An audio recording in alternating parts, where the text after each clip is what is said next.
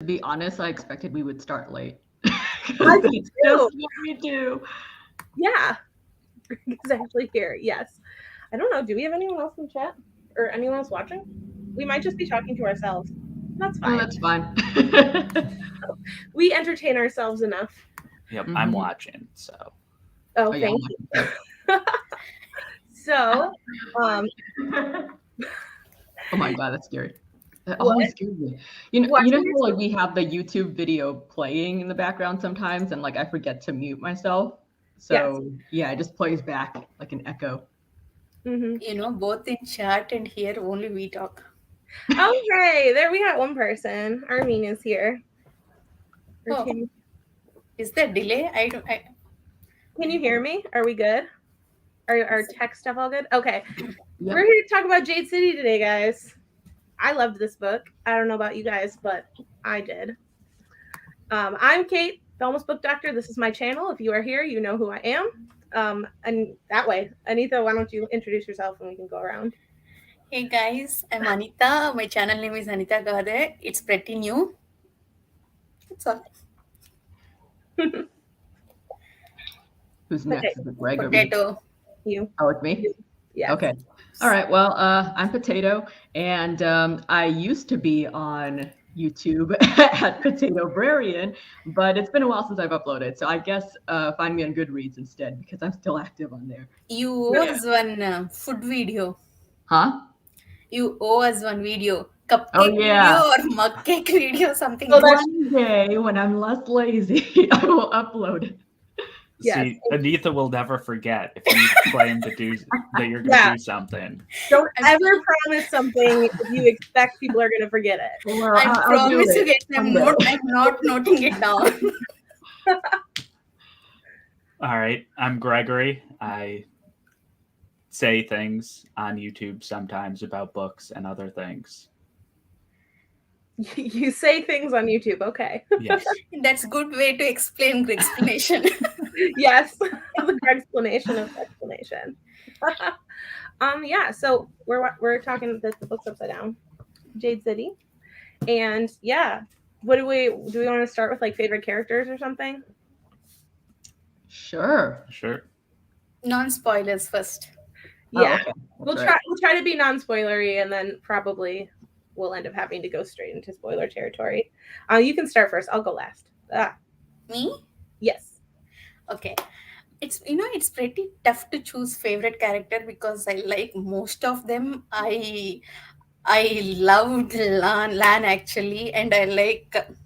I'm not sure how to rank them. I like all of them. Hilo, Shay. Oh, what is that guy? Chotu's name? Small. That little kid's name. Andon. Yeah. I like that guy. What about Barrow? We don't talk No, I don't even want to say that name. I feel like Barrow is like on league with Moash with how much I hate him right now. But people who don't read Stormlight won't get that. Oh, So I don't Anderson guy. Greg understands. He has Moash qualities. He does. Certainly. He does. Obligatory hatred. Go ahead, Potato. Well, my favorite character is Shay. I don't know if that surprises anybody, but it didn't surprise me. I was like, okay, makes sense that I like Shay a lot. And I think the second favorite character for me is Andon, just because, like, I don't know, he's just so cute. Like, he's like this little brother figure, and I'm like, I want to be his big sister. I just adopted him in my head. So you are Shay, basically. Ish, yeah. But actually, she's Hilo. Oh yeah, that's right. If we go by role. Oh yes. Oh, You're this the is true. fist. True. I don't even have a role in the clan, so I don't know what I would be. We can create one by the end of the show. Yeah. Am I still White Rat? Yeah. Rat. I mean, we didn't even assign it really. You kind of just. You jumped at the chance. It was just something you said. What is up, man? I think my chat is lagging. I'm not seeing the same thing everyone else is. Yeah. Okay. I think Shay was the best as well, though. Yeah. I agree with the mystic slash pantless. Yeah, in the beginning, I was skeptical about her character, but by the end, I liked her. Yeah, I think so too. I was a little frustrated with her, and then like once we got to that one halfway point in the book, like then I was like, okay, she's cool again. Okay, I let Greg talk. Go ahead.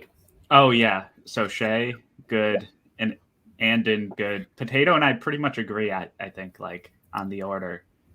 Although Shay, I don't know. Yeah, Shay wasn't as like involved early on, but I don't know. I think everyone who's just out of college can kind of relate to like, oh, like now what? The feeling that Shay kind of had coming back to where she lived and stuff. And yeah, just finding purpose. Plus, she like practically rejected her clan, if you think about it, because she was dating that foreigner guy and her family wasn't happy about that. So when she went abroad to study, I guess that was unprecedented. And she chose love over family obligations, which I don't know that flies in this world. Yeah, I don't. Well, and then you have the flip side of that. You have Hilo as well. And like he forces his family to accept the person that he loves, even though she is also not considered appropriate for him to be with. So I like there's a lot of I feel like there's a lot of opposites. Like Shay and Hilo are pretty much like two different ends of the spectrum. But my favorite character was Andon. I feel like that's obvious for me. I always go for like the angstiness, and I just felt I felt so bad for him when you hear like his backstory and everything with his mom, and I really liked the internal struggle that he had when he was at school and especially afterwards. We're not in spoiler territory, so I can't go into that yet, but yeah. Yeah, Hilo was kind of a jerk face for like the first half of the book. I never felt, I mean, I couldn't feel that way because I'm more connected with Hilo because I am like that. I am impulsive, I am aggressive. So I didn't feel that way, but I can understand if people feel that way. Yeah, people feel that way about me too. So if I wouldn't be afraid, you would like cut my head off. It's fine. I mean, not that violent, but not quite. Yeah, but yeah, I liked Hilo a lot. I know before I started, all of you were talking about, you know, with the spoiler tags and everything, would I like Hilo or not? And when I was reading it, I went, okay, this guy is really likable to me. I mean, I guess like if I lived in that world and if I were his family member, I don't know if I would feel the same way. We'd probably fight all the time. But I think like as a reader, I like his character. Mm-hmm. I liked Hilo as well. I remember before I started reading it, Greg, you were commenting and you kept saying that you didn't like him, that you hated Hilo. No. You made Shani angry. Yeah, for the first few, I don't know, Hilo chapters, yeah, I didn't really like him. I mean, he's like the head of private police union, I guess. Yeah. more or less. We're gonna get into that sooner rather than later. So, I mean, that's, I don't know. Generally, I don't necessarily like that quality. I mean, like someone's got to do it, but like he took like some of the more like toxic elements of that early on, at least, and then, but like it was a good like growing experience for him, I think. Mm-hmm. Yeah, no, I agree. There's a lot of I like the way that Fonda Lee writes the different personalities and how they all handle Jade differently. It's like how different people handle drugs differently. Because I mean, Jade is pretty much kind of like a drug. I mean, it's not Shine. It's not the drug in the story. Like Shine is the drug, but Jade also acts like that way in a capacity. I like that she included the weakness too, you know, along with the power. She balanced it. Yeah, I really appreciate a good magic system that has like a cost to the magic. Yeah. To it, and instead of it being just like, oh, you're super weakened after you use it or whatever, like happens in like D&D and stuff. There's actually like a physical and a mental toll to it. Yeah, I like that too, because you have to choose whether or not you want to make the sacrifice. Mm-hmm. Yeah, but I like this question. Yeah. As an anarchist, doesn't like any form of Mystic, you authority. can't ask open-ended questions like that. Now this will run, for 2 hours. Yeah. All right, guys, the rest of the stream is mine. I've got to answer this question. Are you going to connect it to the Gulag Archipelago? Yes, Hilo is a blue cap. No, I don't know. I feel like a mob is kind of just... I don't know. They're pretty similar. He's like the police force for a private company that owns half the city. And by company, I mean mob family, but kind of a distinction without a difference. You're not far off. I think it's mixed between those two. Because they're very heavily involved in the economy. Mm-hmm. Not just with the Jade trade, but also with all the lantern men and the money that is offered to them. Like, I don't really know anything about does that actually happen with like the real mob or like the triad? Yeah, I think it's basically, it depends on where you are and everything, but from what I've seen, it seems like they will demand that people pay protection money. And I feel like there are a lot of factors in like social factors that kind of contribute to why the mob would be powerful or influential in a certain city. Like that's how I kind of see it. I'm just like, okay, well, maybe the police aren't enforcing the law well enough, or maybe there is a lot of like poverty in an area or something, like a lot of corruption. And then the mob will be able to kind of step into that gap and demand that people pay this protection money so that they can like keep an area safe. And I don't know if you've seen The Godfather 2, but I think you can see that in action there, like where he, like it's very obvious that this area does need protection, and some people are grateful to him for being like that, like I don't want to say like the savior, or like he's basically, it's like it's Batman, like it's his city or his neighborhood, and he's going to keep it safe. Well, yeah, because you're not going to let your cash cow or the things that bring you business get destroyed. So you might as well protect it. It's like you're not going to kill someone who owes you money because then you're not going to get your money. No. But I like this as well. And plus, The Godfather 2 is arguably the best Godfather movie. So, Greg, you still haven't seen any of them, have you? I like Godfather 1 better, but I think that's just me. Everyone says 2 is the best. I love 2. But anyway, I like this comment that the drug is the cure and the problem. Shine. Because they use it. I don't know. Do we want to just talk spoilers? Does it matter anymore? Everyone here has read it, right? In the chat and everything. I think everyone's read it. I think so. We'll just say we can talk spoilers now, because it's almost too difficult to not talk about spoilers of this book. Yeah.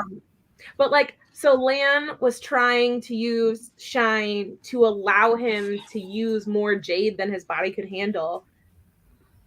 And then you see Andon at the end of the book, who has to use Shine to cure himself from using so much Jade and get back to normal. Like, you use it not just to detox, but also to stabilize yourself on it. It's very weird. It doesn't make sense medically to me. Well, I was wondering if it was when I don't know if you've ever been hung over, to the point where you're just nothing helps. Oh, so hair of the dog? Yeah, and then you have a beer and you're like, okay, you know what? It feels a bit better now. Yes. I know, right? We might as well not. I know, I saw that and I went, oh yeah, well, we could always hope. Yes. My brain was like, I'm having a major ADHD moment right now, because I had something to say about the mob and I don't remember. About the what? About the mob, and I don't remember. Oh. Led a mafia protection structure into a legitimized organization. Yeah, was there an actual police force? There was an actual police. Yes, there was. Yeah. Yes, there's an actual government. But it's very minimal. Yeah, but they don't have Jade, do they? The police don't have Jade. No. So it's just for show. Yeah, maybe. Because anyone with Jade can overpower them. Well, it's more like so what I got from it was like when these families like formed the clans, right? After that war or whatever, or the rebellion or whatever they call it, like they basically formed family businesses almost, and they just owned most of the city. So I think if Charmaine were here, she would say they aren't really mafia. Yeah. They just have mafia-esque qualities. So they're more like just like big business families that happen to have a mob kind of feel to them. Yeah, I agree. I really liked the government structure that they had. I liked the fact that they made it so you couldn't both have Jade and be in power.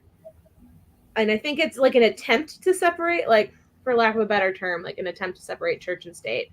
But I don't necessarily think it matters. I feel like they're kind of like the British royal family, where they don't actually have control over anything, but they think they do.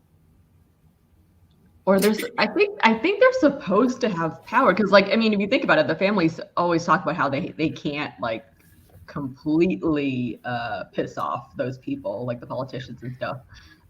So I guess they have power in a different kind of way. But yeah, I guess they're just like branches of government, or supposed to be. Yeah, because they have like chairmans or counselors or something, and a certain amount of them are beholden to different clans. I think that was interesting. Yeah, that kind of reminded me a little bit of the first law, Greg. If you remember, when you were like trying to elect the king, and everyone was buying votes, sort of. I mean, I guess you can say it's like now, but that's what it made me think of, more like that. And so the more people you have in like their parliament, I guess, the more the city council, because it's just the city government. Yeah. That wasn't. I thought that the king was like king of the island. Was he? Maybe. I thought he was, because isn't Janloon the capital? It is the capital. Yeah, I think the king is like, I don't know, namesake. He's just namesake, but actual and people who run things are these chancellor. Yeah. And the ministers, and the main this KJA is how they control Jade distribution and all. I mean, I like that overall structure. Yeah, the structure made a lot of sense. Yeah, I feel like she put a lot of thought into it, and I felt like it made it feel real.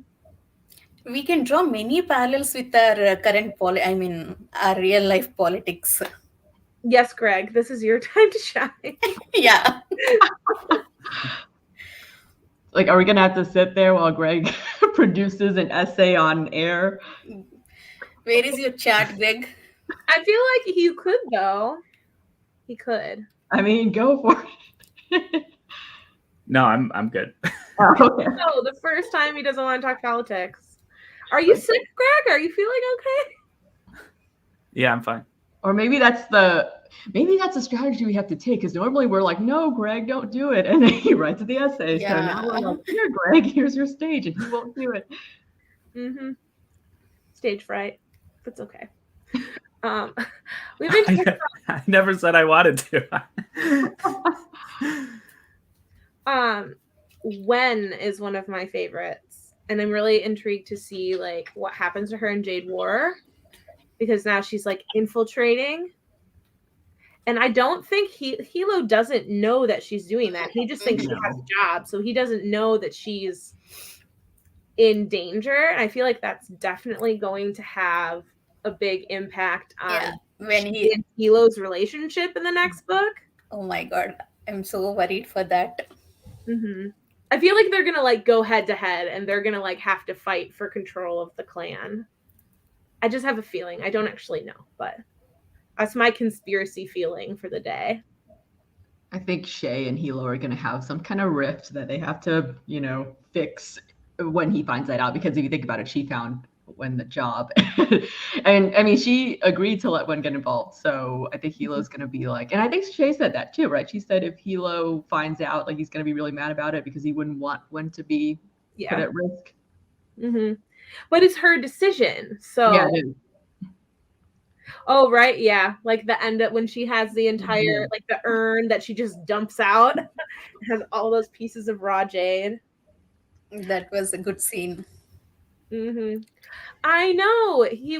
You're totally right. They did need Lan. He was the arbiter. He was the bridge between the two of them. How do you guys feel about Lance and I That was very sad. oh I I was liked my pissed Land. off.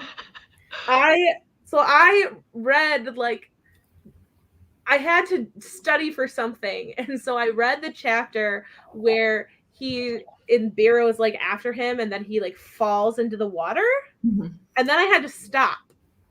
And I was like, okay, well, he's just in the water, like whatever. And then I went back the next day, and the first part is like, and he died. I was like, no! I was really mad. I think I commented on the Discord about that. oh It's my like, god. this is the worst.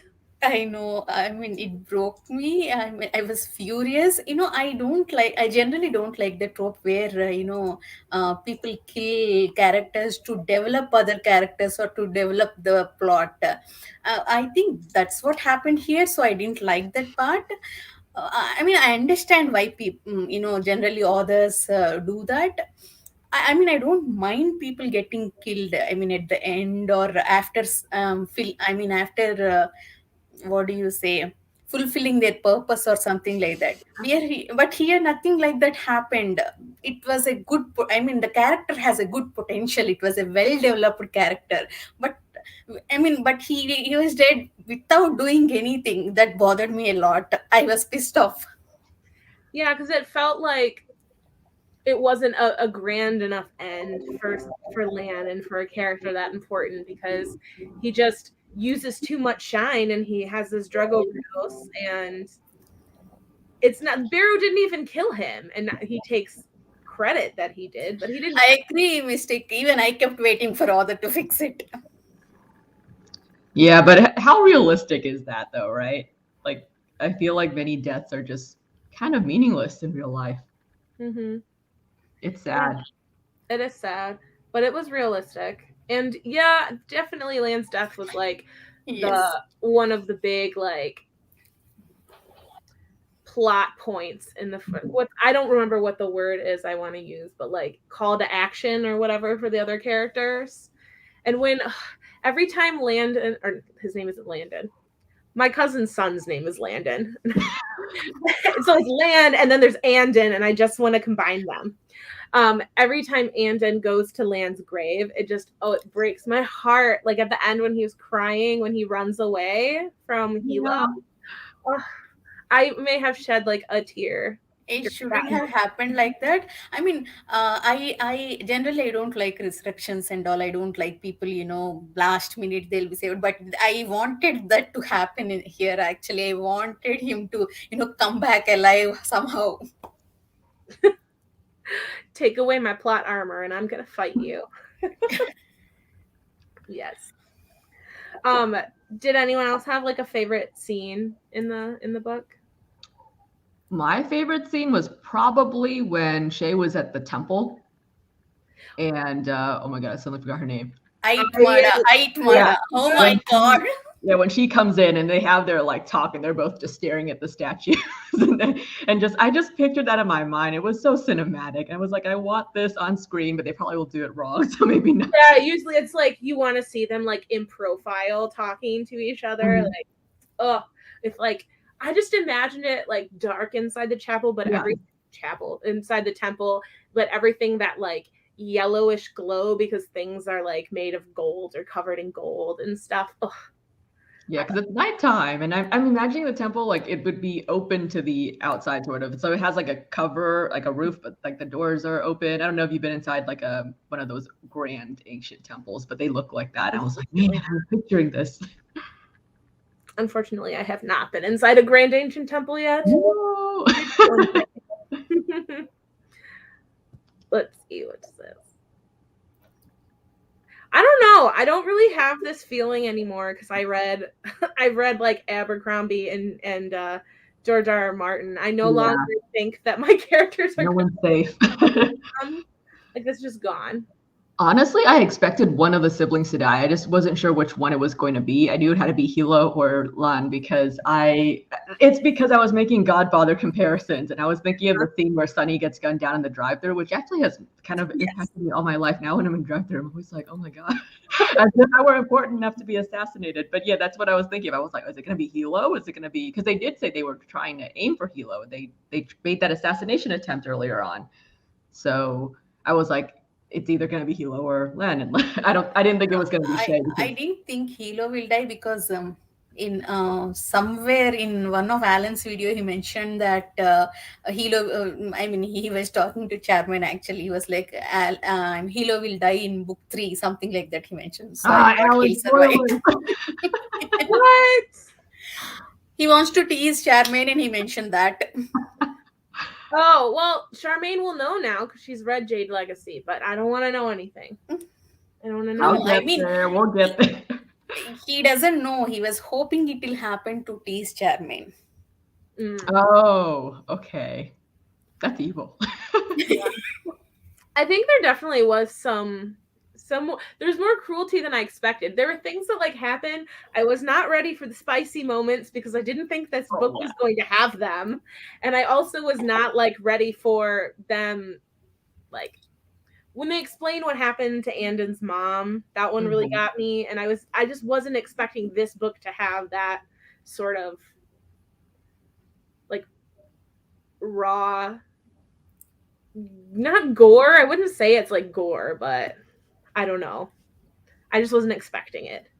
So it shocked me. And when what's his name? Is it Tar? One of the brothers, when he's torturing the guy who was working with Barrow. Yeah. He tortured him for all that information. Yes, Tar. Not expecting that either. I expected that because of the mob thing, but yeah, the sex scenes really got me. I was just like, whoa! Whoa! There were at least 2. I went in thinking this was YA. I have no idea why. Like none of the characters are YA age. They're all older, and I still was just like, oh, this is YA. I didn't think it was YA. I don't know why I thought that. I think it's because she has another book that is YA that the teenagers at the library that I worked with used to be into. So I got those confused. I was like, oh yeah, this is a YA novel. Mm-hmm. Greg, did you have a favorite scene from the book? Yeah, I like the temple scene too. I thought the death would. I agree that I figured someone might die. I thought it would be Andon, and I thought it might be a little bit later. I was like surprised with how early it was, and I was surprised that it was Lan. And yeah, favorite scene. I don't even know. Oh, what do you guys think about Aitmada? I like her. I find her admirable. Like, I mean, it's not, like I said, it's not somebody I'd want to work with or know in real life, but I admire her. Mm-hmm. Greg? Yeah, she was great. I thought like the Mountain Clan was gonna be good, like not like great or like super morally good, but I thought it would be like a lesser of two evils thing, and I thought Andon might like go over to them after the first Andon chapter after he was like kidnapped. And yeah, I like the first scene with her, and all the scenes with her are like really good. I don't think I would actually be surprised if he did jump ship in the second book. I don't want it to happen, right? Yeah, I would not be with the way Hilo treated him and how he basically like he had this family and he already felt like this very tenuous connection to this family, like he didn't quite belong, and then they kept assuring him that he did, but he never felt like he did. And Lan was the only one who made him feel like he belonged, and then Lan died, and then Hilo basically ostracized him. So why wouldn't he go to the Mountain Clan if they like sweet talk isn't the right word, but if someone in the Mountain Clan cares for him or whatever, then I don't see why he wouldn't. He's also in. Oh, go ahead. No, go for it. I'm just saying, like he's in the unique position where like both clans actually kind of have a claim on him almost, or they both would be willing to work with him, whereas with everybody else, it's like you're hardcore mountain or hardcore no peak. But with him, it's like, oh, well, I can go either way. So, and plus he sees his oh wait, no, this is in the second book. I was just like, holy shit, I almost spoiled something in the second book. No. You've already read Jade War? She did half of it, I think. No, I read a quarter of it and then I stopped because I was afraid of what was going to happen to everybody. So I've just been gaming. Yeah. So True potato way. Legacy isn't out yet. Unless you have an arc. Do you have an arc? I thought about getting an arc, but I just didn't because I haven't finished Jade War. Mm-hmm. Well, no. Allie was saying she's holding off on reading it. I thought it doesn't come out till November 30th or something like that. Yeah. Okay, coming back to Aitmada, I like her as a personality. It's easy to get power but it's very difficult to maintain power. Being in a patriarchal society, she maintained that, she demanded, and she, nobody Gaunt or nobody in, what is that clan name? Mountain Clan. Nobody is questioning her power. So I like that about her, and I like how she carries herself. But I don't believe in her cause, in her ambition. She's she's driven by greed and power, and she wants to make money by creating war between those two other countries, Yucatan and what is the other one? Kekon. No, Kekon is their island. I'm sorry. I'll try to find it. I don't know. Something with S. Oh, I have. It's the Estonians or something. That's a real country, though. It's not that. Yeah, someone in chat can. I don't know. Then there's actually a map, like an actual world map at the front of this one. The Estonians or something.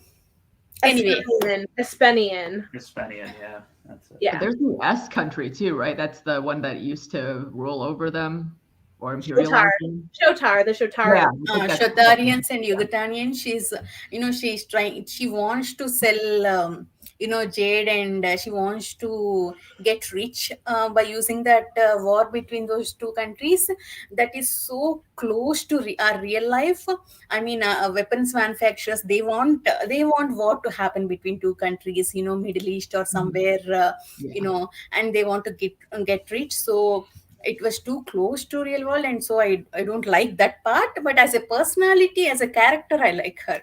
Oh yeah, she's a great villain, I think. Or if they're setting her up to be like the big antagonist, I don't know if more villains are going to appear in the other books, but I think she's a good villain. I wished we got more from her in this book instead of that stupid cockroach barrow.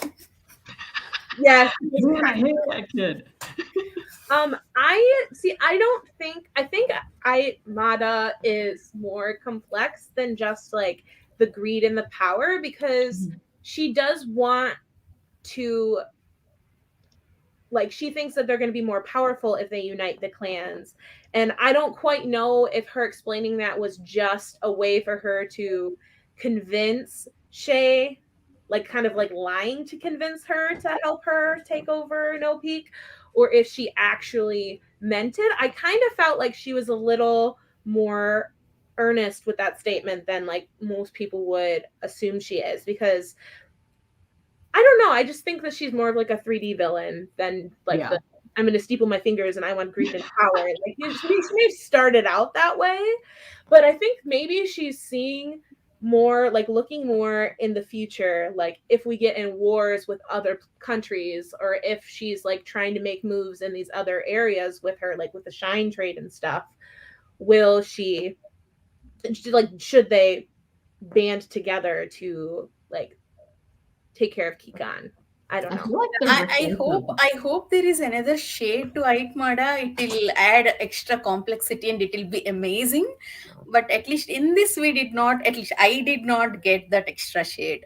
I think what I got from it was that I feel like there's a kind of shade of nationalism to it almost, because if you think about the history of the clans, they started because they were overthrowing their oppressors, and she is totally right that if the clans united, and like they picked out like the best. Like she and Shay both think in terms of, okay, well, who is going to benefit the clan the most, and like they can see like they're good planners. So when she invited Shay to be like her weatherman, like I think she was sincere. Like I think she really thought like, okay, Shay's going to be a good weatherman, and our clans united are going to rule the world. And I mean, I like that about her. I think Come it's to like the dark side.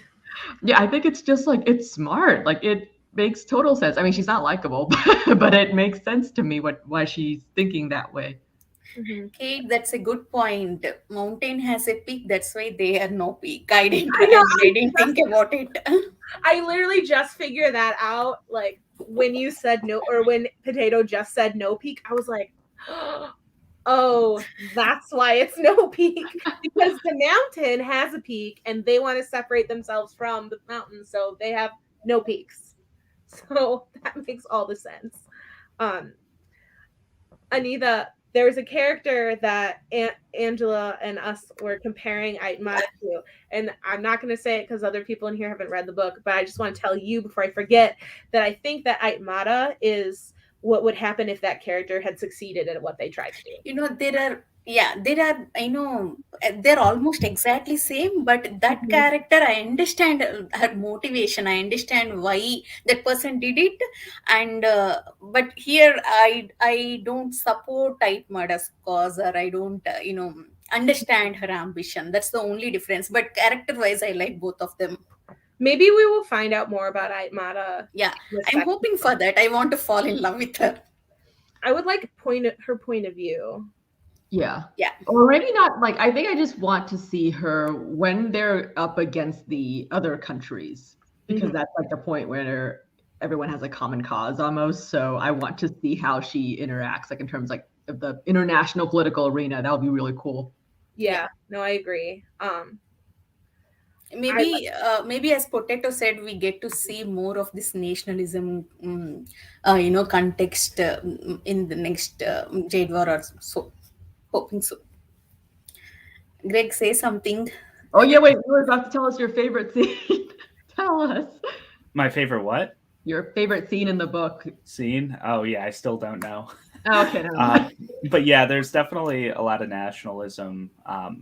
The Espenians still have the military base on like the small island next to the island. Sorry. And yeah, so like I don't know if there's still like animosity there, or if they're just trying to, if like the mountain clans just trying to use like those kind of like anti-foreign nationalist sort of ideas to make people want to get on board with them having like the whole like drug monopoly internationally. And yeah, like we don't really know her motivations. They could be just like, hey, I want to lead because I think I'll be the best leader, or they could just be, I want to like rule everyone on the island. I really thought about this in terms of like imperialism, like, and it really made me wonder. And if anyone in the audience or any of you guys know, let me know, because I've always wondered, like, after imperialism, like after you've been like kind of ruled by a country for so long, like how is it possible to build up your government again without it being super corrupt? Because I'm thinking about Vietnam and how like Ho Chi Minh started out as he was working in the movement to overthrow the French, right? And then after he succeeded, it led to like the Viet Cong and like all that whole government. So I don't know, like I think of all these examples around the world, and I'm just like, I feel like they always fail. Like it's really hard to establish like a stable and not authoritarian government after you've been oppressed for so many years. Like I don't know, like are there any examples of nations that have succeeded at this, like where they've like become first world countries or whatever after going through imperialism?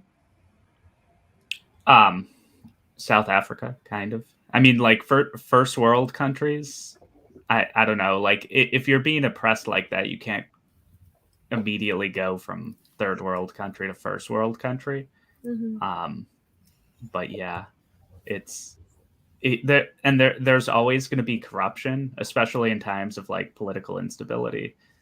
So when there's like power changing hands, that like can lead to corruption, but then like a lot of times that corruption leads to like a justification of like being imperialist to them again. So like French leaves Vietnam, but then like the US comes in a few years later, and like that's kind of like the justification.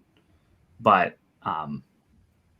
and like that happens in like South American countries all the time, and regardless of whether US intervention will or won't help the country, that's just what happens. And but like usually when the country is left to kind of like have some sort of self-determination, it's usually better.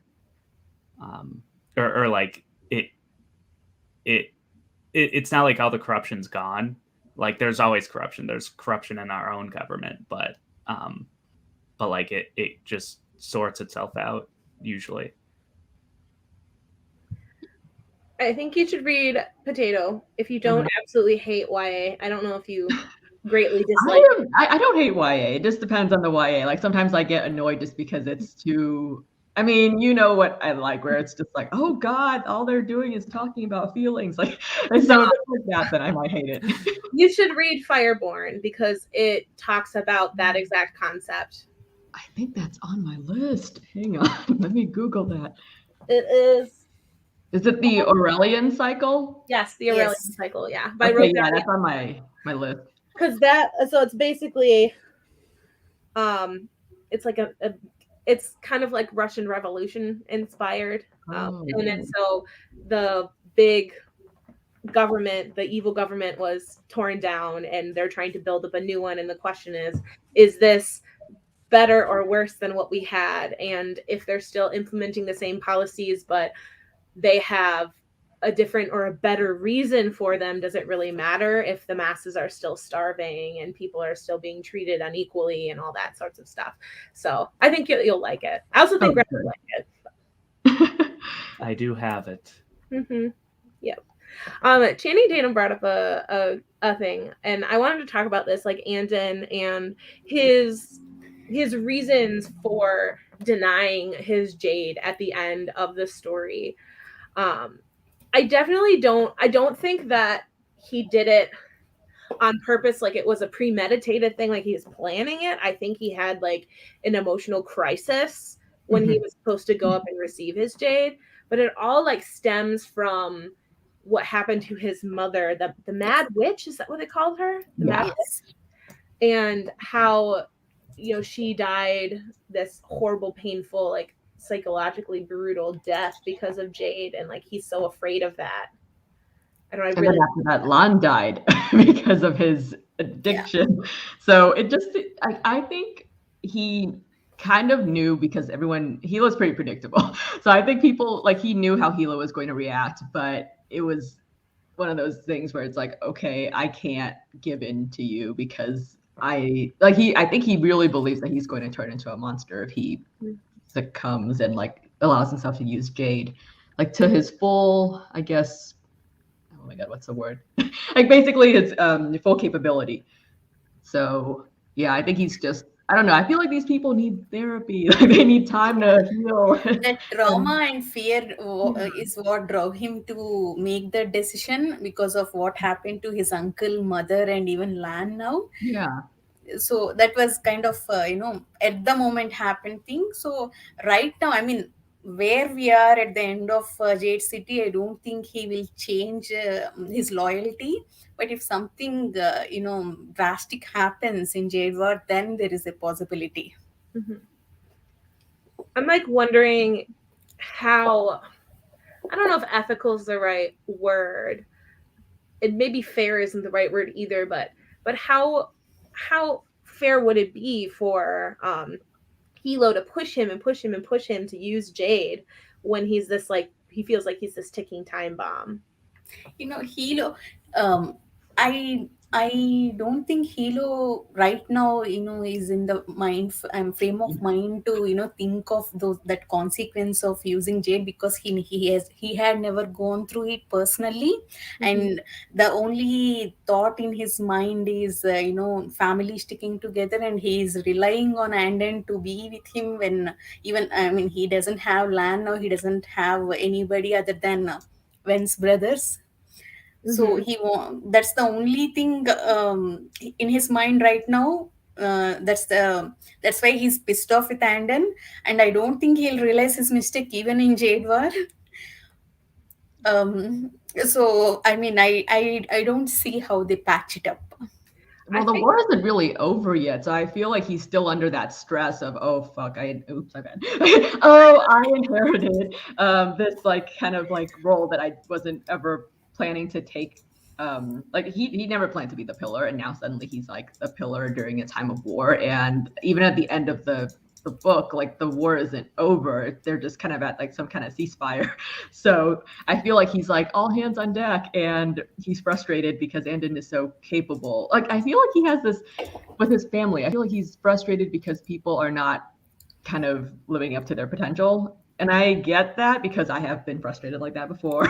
And people in my own life where I'm just like, what are you doing? Like you're not living up to your potential. But in retrospect, when you think about it, it's always like, okay, they were not it was not the right time. But I feel like it takes time you have to sit and really think about it, and he doesn't have time to do that right now. He's also, I really feel like he's a martyr. He is definitely, Hilo lives as the martyr. I feel like he secretly wants to be a martyr because he feels like that's his duty to the clan. Like he's going to eventually give his life. And so he thinks that everyone else should be willing to do the same thing. So why wouldn't Anden be willing to wear the jade and fight for his family, even if he dies in the process? Because that's what Hilo thinks is the only right path to take, basically. I agree with what you said about, he wants to die for the clan and he wants everyone to be loyal to the clan. But I'm not sure if Hilo wants Anden to die for the clan. He wants him to join the clan and be loyal to the clan. So I don't think he wants Anden to die, but I think that he expects the amount of loyalty to the family to be, I'm willing to die if that's what it takes. Because I mean, if we're drawing corollaries to the actual mafia, you're supposed to lay your life down for the family and all of that. It's like being in the army. And like how he acted to Mr. Uwe, the store owner or whatever. He punished him for not dying or whatever when his shop or his restaurant was taken over. And he's like, oh, I understand, but you had to be punished still. I think that's also a show of force, right? Like strength, because it's that kind of lifestyle thing again, where if you are too soft, everybody will be like, oh, this guy's soft, so we can take advantage. That's why Lan had to fight. That's why he had to fight that guy, because Lan couldn't be seen as soft, even though he wasn't a wartime pillar. He was more the negotiator and the peacekeeper. But and that the need to show force was actually the thing that killed him, because he felt like he had to show the jade. He had to wear the jade that he won, or else he would have been seen as weak. Why wouldn't you want all of the power that you had? You have to be more powerful than everyone else because you're the de facto king of the clan. Yeah, even wearing the jade all the time when it was physically hurting him, and he kept on having to wear massive amounts of jade because everybody wanted to see it and be reassured. Yeah, that they were powerful. And then you take Lan, and then you look at Hilo, and Hilo has literally had it embedded in his flesh. That's how into it. Sad. What happened to Lan, actually, not just the end, everything. His wife left him. He doesn't have anyone. At least Hilo has friends. Lan doesn't even have friends. I mean, that's so sad. He had Anden. He had staff that were very loyal. And the lady from the Lilac Divine. Is that what it was called? The Lilac Divine. The courtesan or whatever. Yes, his personal courtesan who played the harp or something like that. But Jade does equal responsibility. Yes. Yeah. Yes. Okay, coming back to Shay, I'm not sure Fonda Lee, I think Fonda Lee just gave hints to us. Shay not only eloped, no, not exactly eloped, not only left family with the guy, she also acted as a informer to Yeah. Shotarians, like giving them secrets. I'm not sure exactly if she betrayed the family, if she gave the clan secrets or secrets with respect to economy or politics. Do you guys have any idea? I thought she was, well, the way I read it was that she wasn't exactly like acting in a formal informer role. Like she probably didn't see it as informing. It was just like, okay, well, our governments are now working together and these people have questions. And I'm hanging out with this guy who's also part of that government. And I guess she's just giving them information and trying to be helpful in terms of like diplomacy. I don't think she really was like, I'm selling clan secrets or anything like that. Yeah, it was like less clan secrets and more just like, hey, who would be amenable to like, I don't know, like opening up business ventures in like this side of the city. It was more of like a Countries those information. I don't yeah. know. Yeah, more like public information, or like she just knew more people and stuff. I felt like, at least how I took it, I saw that she was like this young girl who was in love and ran away from her family to Hispania to be with this boy who her parents didn't approve of. And I felt like when she first left and went there for college with this guy, that she was more naive and just wanting to fit in this foreign country where she was. And I feel like they kind of almost tricked her into giving away this information, because it sounded more like they would ask like about the Jade, like about the KJA and about the quarries and about like how like the clan system worked and stuff like that, like trying to ask things that didn't necessarily seem super secretive, but maybe information that they wouldn't have had otherwise. And that at some point she realized, maybe I shouldn't be saying this, and then that Too late. it was too late. And I can't remember if there was a confrontation, but at some point, like someone talked to the government and was like, you're not to talk to her without like formal representation around or something. See, I think she gave that information before moving to Spain, before moving to college. I think her grandfather informs or told or took favor from the government, and they told this is Shotarians, not to approach her. And that's when she moved to college. From then onwards, I don't think she got involved with informing and all. That's Yeah, how I I think remember. it was back when she was still in like the harbor area, and there were a lot of people from abroad hanging out there. I think that's when when she was answering questions, and I was thinking about it like from a point of view of, I don't know if like you've ever anyone studied abroad, but when you study abroad, if you meet somebody and you're just like talking to each other, like you just talk extensively about what it's like back home, and like they'll tell you extensively about their culture, so it's kind of an exchange. So maybe she just saw it that way, but they were milking her for information. Mystic, no, I don't think it's just cultural context. She also gave information about how KJA worked and who is in power and all, and that's why she got good contacts and she could approach Shotarian's embassy so easily. I guess I wasn't paying as close attention as I should have, or I should have written it down. I didn't take notes on this book, and I almost always take notes. But how do you do that? Oh my gosh. I have a note app on my phone, and I like talk to text. You should see the amount of notes I have on my phone for the Hot King. It's like extensive. Oh, it's ridiculous. But yeah, I feel like it's gonna bite her in the ass. I feel like that's gonna come back, and there's gonna be something that she told them that she probably should not have. But also, like, that whole thing, like, ingratiated her with the government in Hispania, which is how they got Wen involved, because she had, like, the secret passwords or something. guess there are pros and cons to it. I mean, they have a file on her, right? Like there's an actual file on her as like an informer almost, and all the stuff that she told the government. So I don't know, maybe it'll get out that, from her political enemies or whatever, that she revealed all this information. We don't know yet. Yeah, we don't. Yeah, I just what did you think of I didn't the only character that I wasn't really sure that I liked was Gaunt, the what's his name? The Mountain's Fist. Yeah, he's not the fist, he's the horn, the mountain's horn. Yes, yeah. I didn't particularly like him because I felt that he was really like evil to be evil, and he was just like the big bad guy. He did seem like a henchman. Yeah, like a henchman, like evil henchman. That's what he felt like. And that was like the only thing I didn't particularly like about the book. Everything else I really enjoyed. I mean, I gave it 5 stars, so. But I liked him. I don't know, or for what he was, I guess.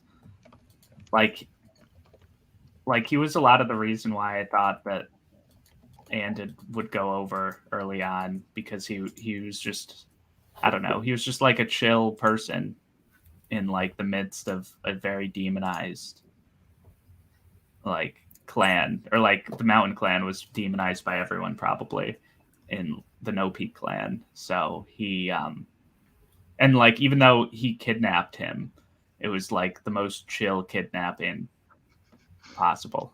I mean, it was kind of a chill kidnapping when he kidnapped Andon. Let's be to be precise, right? You're talking about the only person he kidnapped to go have a conversation with Aitmata, or however you're supposed to say her name. Mm-hmm.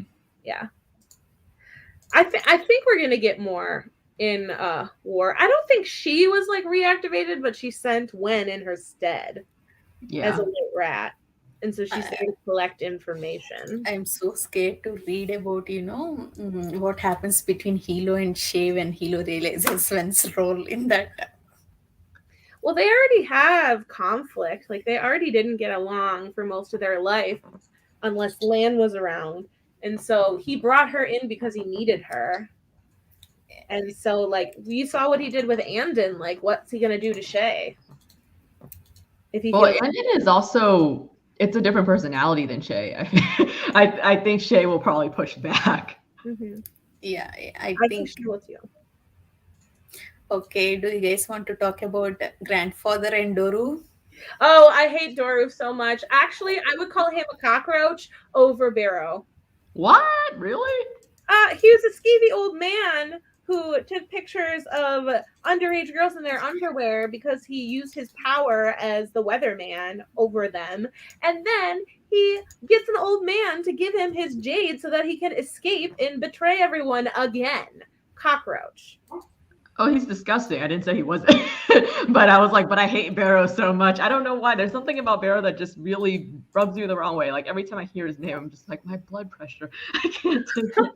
Yeah, I agree. Every time I hear his name, my blood pressure go up. At the same time, I find Doru, I mean, before even realizing that he kept photos of underage girls, I find him creep. Yeah. I mean, we got that hint actually when Lan sees this new secretary. Yeah. There is one line that he keeps finding these new girls, and then I got doubt. That was my first doubt. Wearing skimpy outfits and stuff. Yeah.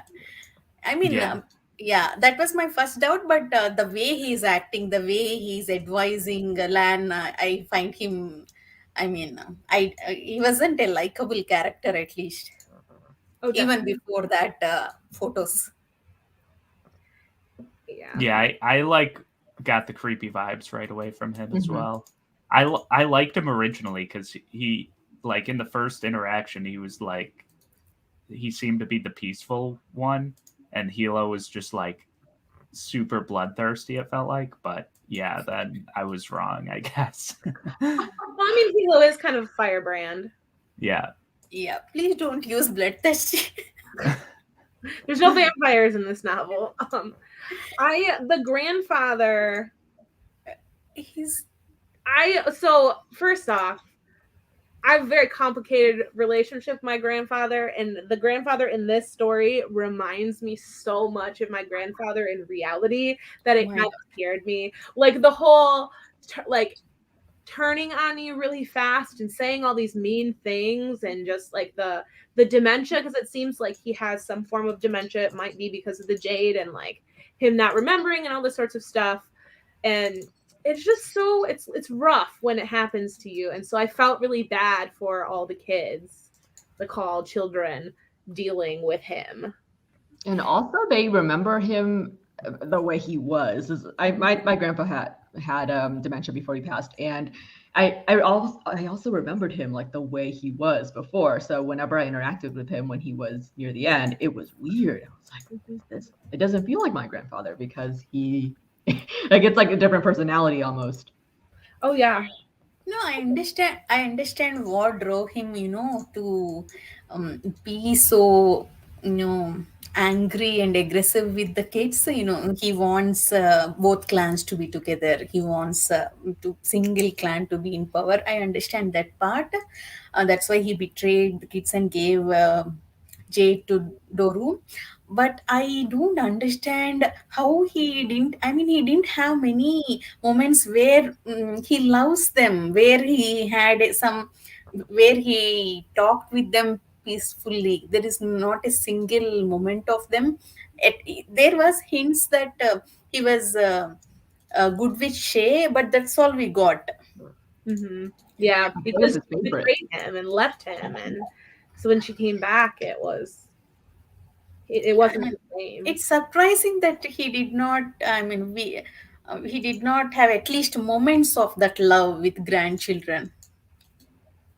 I think they say that he used to be that way with Andon too. Like he was really welcoming of Andon into the family, and then at the end you see him like really. I think it was their New Year's dinner or whatever it is that they had, the big sit down dinner, where he just like went off at Andon Oh I my and felt like so called her bad. the mad witch's Yeah, daughter. Or something. I was so mad. But I also like what Andon did say that the grandfather said you're going to be as good as any of my sons, and I thought that was really like, well, not sons, like grandsons, like, and I thought that was very heartwarming. I was like, oh, before he became what he currently is, he was accepting. Yeah, it's hard to remember when like that they're not necessarily saying these mean things because they believe them or they mean them, but it's because of the dementia or whatever's going on in their mental state. The same thing happened to my dad when he was like really, really sick, is he wouldn't remember like why I wasn't able to come visit him because I lived at college. And so he would like call me and tell me like, you don't love me because you're not coming to visit me. And I had to like remember that he didn't really mean that. And so it's just like hard to deal with that. And I think that because Andon was in such a fragile state most of the book, like he didn't deal with that as well. He though is just like, he hates me, he's always hated me, whatever. And same with Lan. Crap, what was I gonna say? I keep having these thoughts and like they keep leaving my mind, and it's really frustrating. That's how I always feel. Oh, Yeah. I'm so sorry, Mystic. Uh-oh. No. Yeah, it's really it's terrible. They say that like people who are going through dementia or Alzheimer's, one of the like side effects of it is you get really, really self-centered, and like nothing else except for you matters, which is why a lot of like people with that tend to be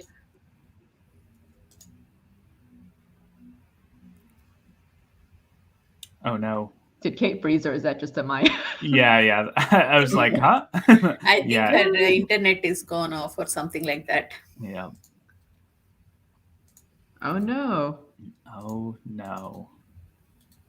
Yeah, I do you think he was always like as discriminatory towards whatever Stone Eyes or whatever?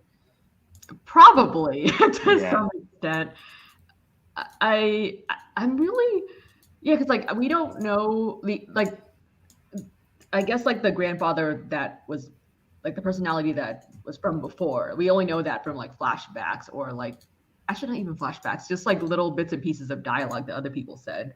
Yeah, he was like very revered by everyone else. I hope but Kate gets to come back. Now we've got the long faces. I know. I was like, I am really confused. What just happened? Okay. Okay, I think we covered almost all topics. I mean, all characters at least we covered. Yeah. Were there any other points we wanted to go over? I I think don't Kate know. had other things she wanted to say, but she just got booted out. Do you guys want to talk about, world building? How Jade is their natural resource and how they're, uh, mining it and giving it away or selling it away? I thought it was really good world building. I like how she put a lot of thought into like the economy, which is like one of my favorite things that like in fantasy novels where I'm always like, oh, they actually put a lot of thought into the economy and how it works, especially with international like affairs involved. So I thought she did a really good job with that and how like even the scenes where like Shay is just essentially auditing things. I thought that was really well done. Yeah. I missed the beginning of that conversation. What are you talking about? We are just talking about world building. But you want to finish your thought from before you get out? I don't even remember what I was saying. I have like doorway syndrome right now. I don't remember either. It was like your grandfather or whatever. No, I'd already gotten past that. Okay. I already gotten past that. I do love the world building though. I think the world building is fantastic, and I'm excited to see, like, obviously because we got the new map in the next book. We have like the world map now on top of just like the map. So obviously we're gonna like be doing stuff with the rest of the world, and so I'm excited to see how she builds that up. But mine's just on Kindle, so I'm like moving it around like this and going like, oh wait, where's everything? I gotta check out the map and see how much it looks like the world. It let me look right now. Ispenia is all the way like on the other. Well, it doesn't seem like it's a very large planet. Oh, it's like Ispenia is like over here, and no, Ispenia is over here, and Kikan is right there. So they're actually closer than it looks on this map because they decided to split it right at the important part, which makes no sense. But it doesn't really look that much like our world. There's like Australia hanging out down there, but whatever. I like that it didn't look like our world because, like, lots of times you look at fantasy maps, so you're like, wait a minute, this is pretty much our world except with different names. But this one was really different. I think like you look at the map of Westeros from A Song of Ice and Fire, and it's literally just like the Isle of Great Britain. That's exactly what it looks like. Big Great Britain. Yeah, it's very large Great Britain with dragons. What is my favorite part of the world building? I don't know. I liked so much. I felt like I could get into the story, but sometimes I forgot we were in a big city and my brain would like default to like feudal Japan because there was like kung fu and stuff, and the names are very like Japanese-esque, and so like that's where my brain wanted to go, and then I had to be like, oh wait, someone just pulled out like an automatic weapon. They are not in feudal Japan. I thought it was very pan-Asian. Like when I was reading it, I was like, oh, these names are, it has like that feel of oh my god, it's like Hong Kong basically. Like like Kowloon, and what's like in Shanghai, like specifically in the gangster era and in movies. And I think she said she was kind of influenced by that, so I thought that was really well done. Fae-centric fantasy. I've never read Fae-centric fantasy. Did I say something about Fae-centric fantasy? Did I recommend something to you? I don't know. No, even I don't know. I don't know. What I was thinking about while I was watching the wheels spinning as I was trying to get my internet back on was what was it? Crap. Oh yeah, what's the D guy's name? Doru. Doru, do you think that he's going to go straight to the mountain, or do you think he's going to go like to another country and like lay low and try to like influence politics from there? Mountain. I think his goal is to, he's still loyal to the grandfather. His goal is to combine, both the clans, and he doesn't believe Hilo is the right leader. He wants Saitmada in power. So I think he's going to, or he's already went to Mountain Clan. Yeah. I hate him, Agree. little weasel. He reminds me of all the people that I hate from books. Like he's very like Peter Pettigrew-esque character. Like I just want to squish him. I hate him. I think I hate him more than I hate Barrow. He reminds me of Smeagol from Lord of the Rings, actually. Doru, my precious. With the Jade is his precious. Yeah. Maybe your power, both grandfather and Doru. But Barrow, we didn't really. We've all said we hate Barrow, but we haven't talked about him. And I find, yes, he is a very Pettigrew character. I just like we didn't really get a lot of him in the book. Like I feel like his chapters were really sporadic. So I don't know. What do you guys think of him and like his like where he's gonna go from now? Do you think he's a psychopath? Because that's what I was trying to figure out. I was like, this guy is out for only himself, doesn't care about anyone. And yes. I understand, like, when she was giving him, like, that background where it's like, all my life I've been effed over and all that. So basically, my only goal is to survive. But even within that, like, I don't know if they're going to develop that in the later books, but for now, it just seems like he has absolutely no empathy. And yeah, I don't know, it really disturbs me. Like his scenes, I'm just like, ugh. I'm really disturbed, and I have like an iron stomach when it comes to all this stuff. Yeah. How much do you think he's a product of his environment? A lot. I definitely think he's a lot of the product of the environment. He's a street kid, and he feels like he deserves better. He feels like the world is turned against him, and like he needs to seize his own power. And like he's the one who killed Lan, even though he didn't actually kill Lan, and he wants to be compensated for that. I think if he were born into like the green bone warrior world, like if he were born to a better life, I think he would have still been like a piece of crap, but it might have not been to this extent.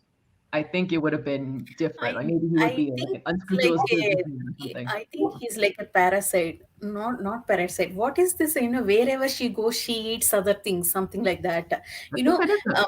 Parasite. In the first scene, his partner, I forgot the name. Boy. That guy, he moved on and he started having another job, and he spoiled that. And after that, his partner was the cheeky guy when he went to kill Lan, and that guy got killed, but he survived. And now he's partnering up with that son of that store guy. Oh, yeah. Did we find out who the mysterious mountain guy was, who was basically sending him on his jobs? Wasn't it the guy that they strung up at the end and killed? No. Because they strung up this guy, and they were like, they were asking him about sending people on jobs, and he pretty much confirmed it. So I thought they got him. They got only that. Now Bero is, what is that guy's name? Underground. Temben is White Rat. He got to that guy, and the other guy is underground.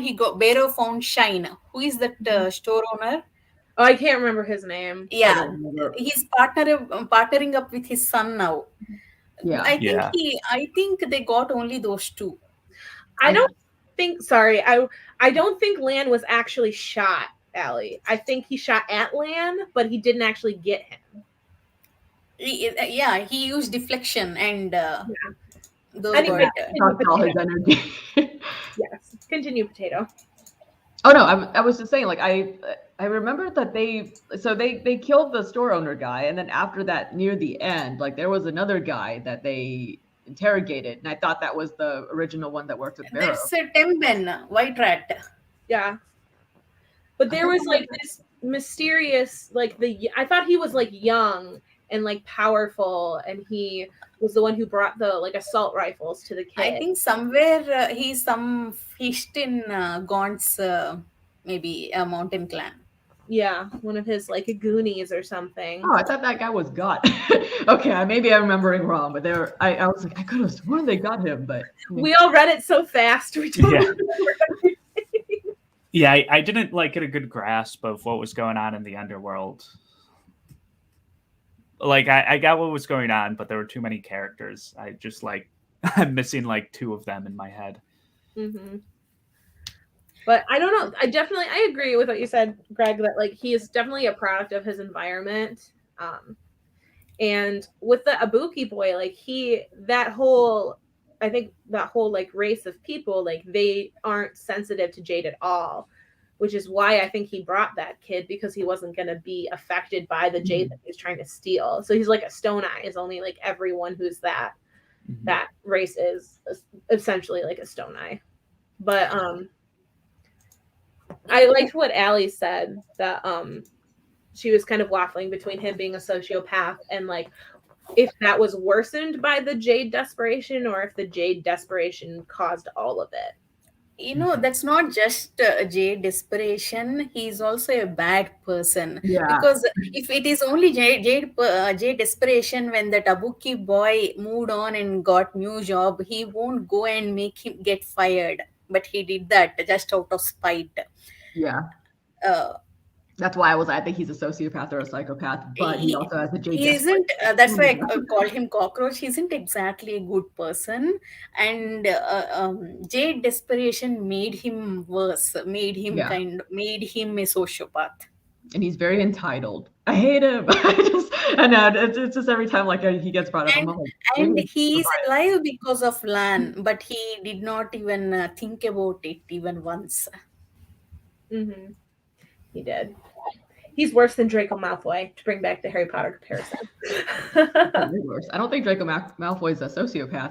Yeah. He's not a good person. It's just Draco Malfoy is just product of bad upbringing and spoiled kid. Yeah, isn't exactly goes and look for trouble. He's the one you hate, other than being a bully. Mm-hmm. Yeah, I mean, it's not necessarily a moral failing to become like an addict, but there's the difference between like how do I want to say it? Like, I don't think he's quite at the addict level yet. Like at the beginning, he was already a bad person, and then he tasted the Jade, and then he became like a desperate bad person. He isn't addicted yet. I think he will be addicted in Jade War. He's like the person who did cocaine once and now is chasing it, but hasn't had it again. He doesn't really know. He's chasing the feeling that he had, but he doesn't know it well enough to really like be the full. Because like, what else does he have? Like, he doesn't have anything else. He has nothing to lose, really. He has nothing to lose by doing whatever he can to get Jade and be powerful. This is actually why I hate him. I hate him more than is it Doru, the old man? I hate him more than Doru because I don't see Doru as a huge threat. Like, he might be annoying, like a hindrance, but I don't see him as a huge threat. But I can see Barrow becoming a huge threat in the later books, and I'm just like, no. I hate both of them, but in different ways. Yeah, but I hate Barrow more. You were gonna say something, Greg? Yeah, I what was I going to say? Yeah, I was like wondering about that early on too. Like how quick does it take someone to like be, addicted to Jade or whatever? Because Hilo right away was like, oh, this dude's an addict already, and he's gonna be like a menace on society or whatever. I forget how he worded it, but I mean, he was kind of right, but I don't know like how what the best treatment is, because to some extent they're saying it's a foregone conclusion that once someone gets Jade, they're gonna like keep wanting more and more Jade, even if they've only had it once, or like certain people it affects differently, but like some people it has that effect for. So I don't know. That's why I use the cocaine one, because isn't cocaine and heroin you can be addicted after using it once, I think. Yeah, or you could get like at least mild withdrawal symptoms. Yeah. I forget what his symptoms were. It seems like it like changes you physically, like when you use the jade in some capacity, because of the way like it makes you stronger, it makes you faster, and then they don't really explain how the magic works, and that's fine. She's not Sanderson. She doesn't have to give me a scientific explanation, but but I think he got the desperation and obsession before even feeling that for the first time. He just he's entitled and he wants that power. He has that obsession already before the first experience. Yeah. He was anticipating that high, and then once and like even before he got it, if you think about it, like the plan, he was willing to sacrifice that kid he was working with like completely, and this is before he even tasted the jade. So Yes. and then after he got like a taste of it, it was worse. And to add to your point, sorry, Kate, 1 second. To add to your point, Potato, I understand why you said Beru is larger threat than Doru. Though Doru is creepy and he's a threat, he has some strategy and he has some rules. Beru doesn't have that, and he doesn't have any control. I can see him um, destroying everything without any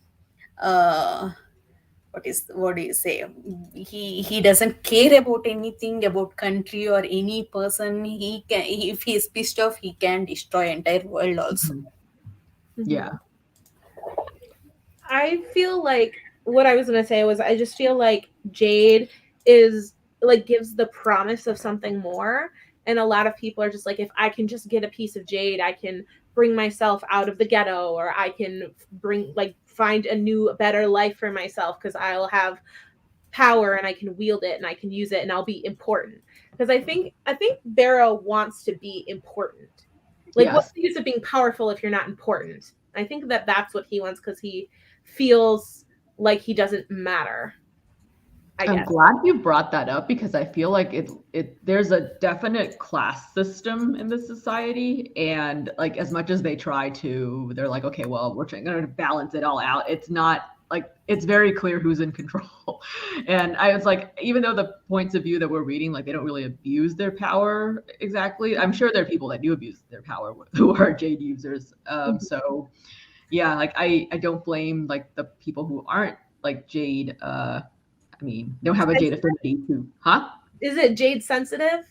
Yeah, like I guess the people who like can't use Jade, like I don't blame them for being resentful, I guess. Yeah. Well, there's the people who are Jade sensitive, who have Jade and have had the opportunity to use Jade. There are people who are Jade sensitive and just like can't get into the school or don't have the affluence or money or whatever it is to take to get Jade and use it. And then there are the stone eyes, the people who are of Kikan, like Kikanese people who can't use it, like Wen. And like they're like, people do the whole like ear tugging thing, like superstition that they're bad luck and stuff. And that definitely goes in with like the class system too, because they're like the lepers, I guess, for lack of a better term. Guys, are you saying poor people aren't allowed to those schools? They didn't really explain that. I don't know. I feel like they would maybe in No Peak. Like I feel like if any of the clans would allow that, they'd have like scholarships for students, but they don't really go into that very much. I think they talked about, every student is, son of one fist or finger, something like that. Maybe they meant only those kids enter, other kids don't have Jade capacity. How do they find out? If your parents or if in your family, none of them have Jade capacity, so they by default, do they assume that you also don't have any Jade capacity and they lead normal life? So Or maybe are it's there like- Muggle-born Jade users? Sorry. Yeah, yeah. There's no reason to do Harry Potter comparisons. It's just in my brain. I was thinking maybe it's a system like in Rage of Dragons. I don't know if you've all read that, but like they basically like they have a kind of school system or something, and then they can like they test for it. So it's like if you have like your like so in this case it would be like if you have a jade sensitivity, then they'll be like, okay, well, maybe you can go to school for those kids. Like, I don't know, like she didn't go into that, but or hasn't gone into that yet. But I was like, I was thinking of something like that. But then it would make sense also if they did limit it to only like families. That would explain why they're running out of people because they say they're running out. Yeah, Sorry, my dog was barking like a lot. Totally fine. I had to let her in. it's okay. This is how I feel. I agree with Allie. Doro feels like he's actually evil plotting something, and Barrow is a loose cannon. That would be the exact word I would use for him. I agree with that, but Doru, I don't think he will destroy the country or the world.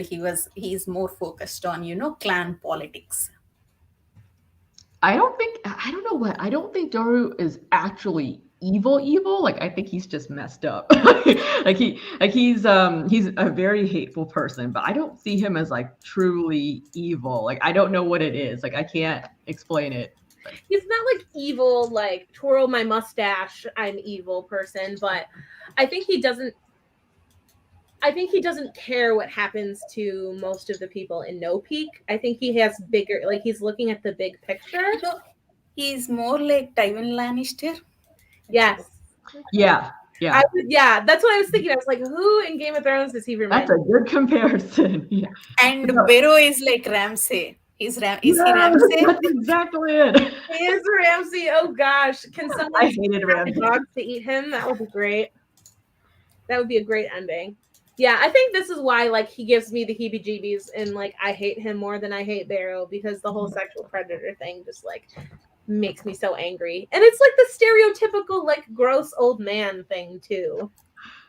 Yeah, Yeah. no, that is definitely like a very big thumbs down, but I don't it's like sad to say, like I don't know if that would qualify him as like he'd be a villain, but I don't know if he'd be like true evil, like like because I feel like because he's not a psychopath, like I don't see it that way. Yeah, but he still betrayed, his original clan. I mean, betrayed all these people and went to Mountain Clan, and he's ready to. He is definitely like Tywin Lannister in Yeah. my book, Yeah, and he is a villain. Tywin Lannister is a villain. yeah, no, he's a villain. I just don't. But your comparison is perfect, like Tywin and Ramsay.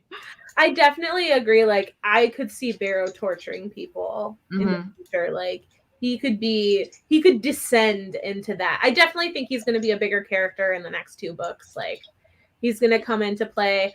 I think Doro might be in the next one, but like I feel like he's going to die. I hope he dies at some point. Yeah, I think he's gonna die. There's no I way. don't think see Barrow is a survivor. I don't think he'll die. Till Oh no, the I end meant of Doro. I think Barrow's gonna live until Barrow's the going to live. It'll Yeah. be like a Gollum-esque death in the last. It's going to be Yeah. Barrow versus Andon in the last book. Like big good duel. prediction, and he'll Maybe be able to. definitely, Huh? I have. definitely. I I'm mean, the prediction queen. we should go. But into I just theory. hope Andon won't get itches. I just hope he won't get he won't be crazy and all. I hope he'll have some control. Well, I'm wondering, Anitha, if Andon's going to be like Ota in Long Price Quartet, how he like has all this promise for powers, but he never uses them.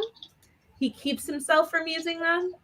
Like, is he going to go down that road, or is Andon going to have like the I'm stronger, like my mind is stronger than this, and I can do it, and like come back around? I love Ota actually. Oh my god, he's my favorite character. But in that book, Ota can, though he pursue the path of holding the magic. He is still in the place of power. He can make decision, he can influence. But Andon, I don't think without power, how much influence, how can he help? I don't see that here. Mm-hmm. Yeah, what is going to cause him to like? What will be the last straw for him to be willing to come forward and start fighting? Seeing his family in danger, that might influence him. But I'm not. I just hope Fonda Lee won't kill another character for him to come back. I don't want Andon to die. Like, I will cry if Andon dies. I don't think he will, at least till the end of Jade Legacy. Yes. I really thought, I don't think I actually said what my favorite scene was in the book.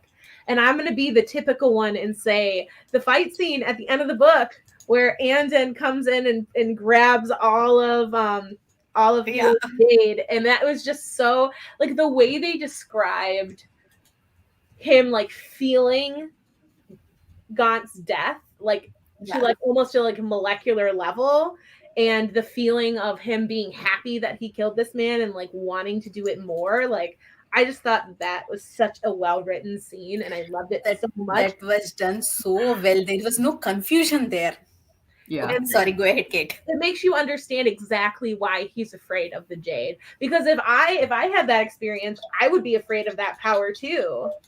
And like to be the person that like they're ready to bestow and say like you have the highest honor of your class and like we have so much pride and expectations of you and stuff. Like, I can definitely understand why he would freak out and why he did that. I was sad. I actually was like, are they going to give him... I thought they were going to give him 5 pieces of Jade because he defeated Gaunt and like saved the clan and stuff. That's what I was expecting to happen. And then Me too. In a different direction. I expected he get more actually, at least some big jewelry kind of thing, not one. 4 max. 4 max. I mean, it's just sad. Hilo did not have the same perspective as Andon. That's why he couldn't relate to Andon's trauma, or he couldn't connect with that. So that's why he did not understand. I'm hoping Hilo put some effort to understand Andon's perspective, but right now I don't see that happening. Yeah, it would have to take a lot of time. I felt like he did get it to an extent because he did say like it's my fault, like I pushed you to go through that and that's why you're freaking out. Like we can go back up and do this all over or whatever. But I feel like there's such different personalities. Like it's gonna take a lot of time and like a lot of different experiences, maybe apart, in order for them to, I guess, like see things from each other's perspective. Yeah. I'm worried about Barrow getting all that Jade that was buried with Lan. The second I heard that Hilo, buried his Jade, I was like, that is a terrible idea. That is the worst idea possible. Like, this is gonna come back and bite everyone in the ass. And yes, it is. I knew it. Every time you talk about Lan's death or implying Lan's Jade, I mean, my heart, it feels like somebody is squeezing my heart. Mm-hmm. I wonder how Barrow's gonna take, like, he's gonna take all this Jade, and if you wear that much Jade at once, like, you could die. And so I wonder, like, if he's gonna be smart. Guys, oh my god, Kate, you just gave me the thought. Do you think Barrow wears all that Jade and becomes powerful, and he becomes uncontrollable, and both clans have to group together and fight against him? Like the big final boss. He's the Jade Hulk. Yeah. Barrow becomes the Jade Hulk. Then Andon has to come. That's how Andon comes. Andon comes back to defeat the Jade Hulk, and it's him versus. Yeah, because he's the only one who can wield that much power, who can draw that much Jade. Yeah. And they're gonna have to bring international allies in too because it's that bad. Well, I wonder, like, because isn't Andon a mixed blood? Like, he has, is it Espenian blood that he has? Because his father was Espenian, and like they don't want like other people to have the Jade, even though they sell it because of money reasons. And like maybe part of the reason why he's so powerful is because he has like his father's from a different place. Like maybe that's part of why he's so powerful. I was actually surprised by that. I thought it would have been the opposite, where it's like because he's mixed blood, it would be weakened, but he's actually really powerful. But I don't know. We don't know anything about his father. Like maybe his dad was just a powerful person. Yeah, this is interesting. I did not catch this. Armin is right. I agree with this. That Barrow will take little by little until he has all of the jade.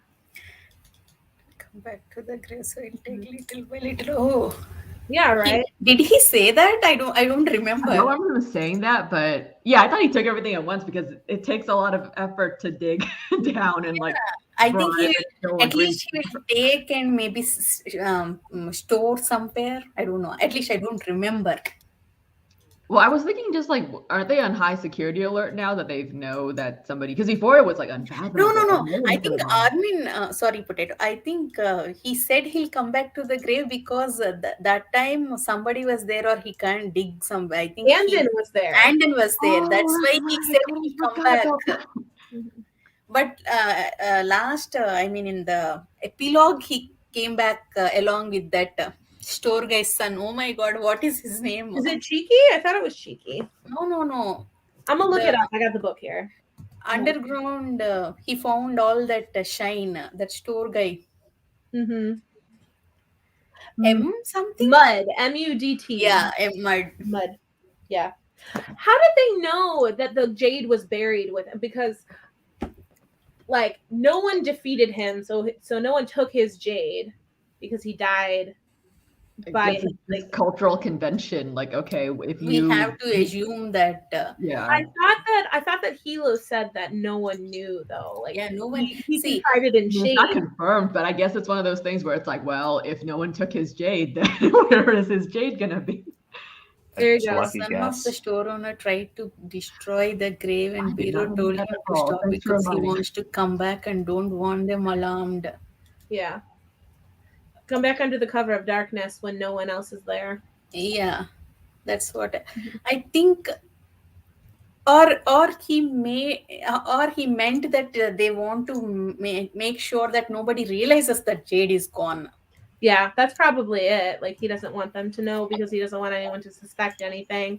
Even if they do, though, they'll think that it's the mountain because they don't know that he exists, do they?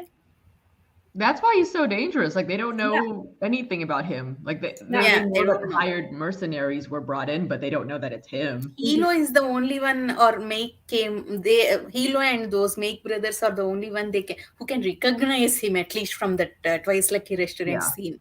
Others they don't realize. I Well, mean, if they don't even know his remember existence. him. Like, oh, they probably will remember him. I think it's part of their jobs. I was like, I'm face blind. If I had seen him only at night, I would have been like, I don't know. Is that him? We've been talking about this Lana the whole time. Like, Yeah, every time we hear the name. Yeah, I hate him so much. I hate him so much. It's like he's Ramsay Bolton. You just want to punch his stupid face in.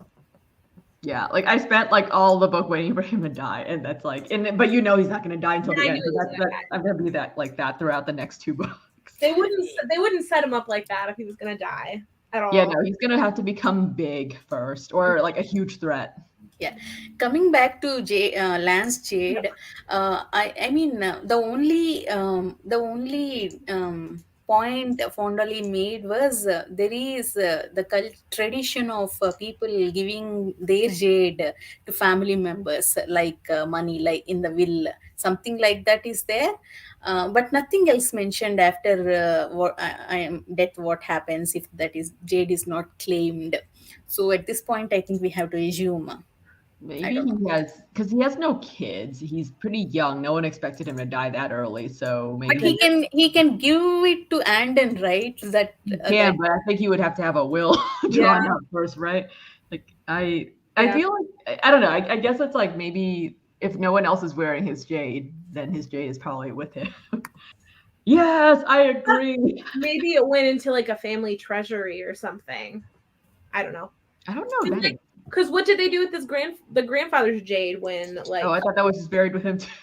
Well, I mean, Doru took grandfather's jade at least most of it, but he still had some of it. So. Yeah, well, then he gave it to Doru, but like. Kate, I asked this question in our discussion, but Charmaine said that's their tradition, something like that, because nobody claimed that's given that it is buried. Yeah, it's just how I saw it. I don't think there's actually a Jade treasury because all the warriors have it on their bodies. So They have it. Well, they have a Jade treasury for the country, like the KJA. Like they have Jade that's No, kind of Shay, put in yeah. the put isn't in. it just And a there's vault? like there's a Yeah. vault, and they have. Yeah, but it's not like a clan treasury. Like a I thought they this might is like the royal jewels or something. They have a Oh, clan that specifically yeah, that's on their has body. Shay watch the saved feed. it in her locker. I think something like that may exist for Yeah. the clan. Yeah, she put it in like a PO box type locker thing, or like a was it like a Bank locker. It a is bank bank locker. Yeah. Yeah, one of those fancy places. Yeah. Okay, should we do predictions for the next book and then wrap up since we've been on here for an hour and 40 minutes? I must go, unfortunately, but you guys can do predictions.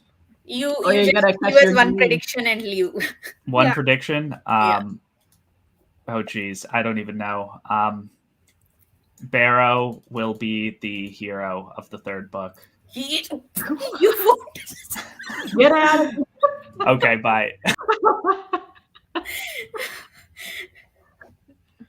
It's like, well, that threw me off.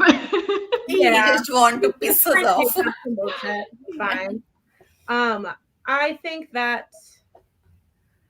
I definitely think that Andon and Barrow are going to go up against each other. I think that's going to be my prediction for the last book. But I definitely think there's going to be a falling out between Shay and Hilo, and that she is going to be more convinced to go with Aitmata and the mountain.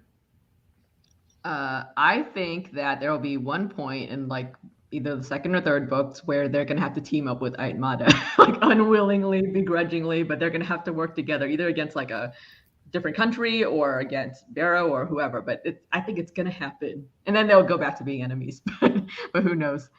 Yeah, I agree with both of you. I think when Hilo realizes Ven is a spy now, he'll be uncontrollable. I think there will be differences between Hilo and Shay. I think Shay will end up teamed up with Aitmada, and she has a chance to pull Andon along with her because she's helping out Andon right now.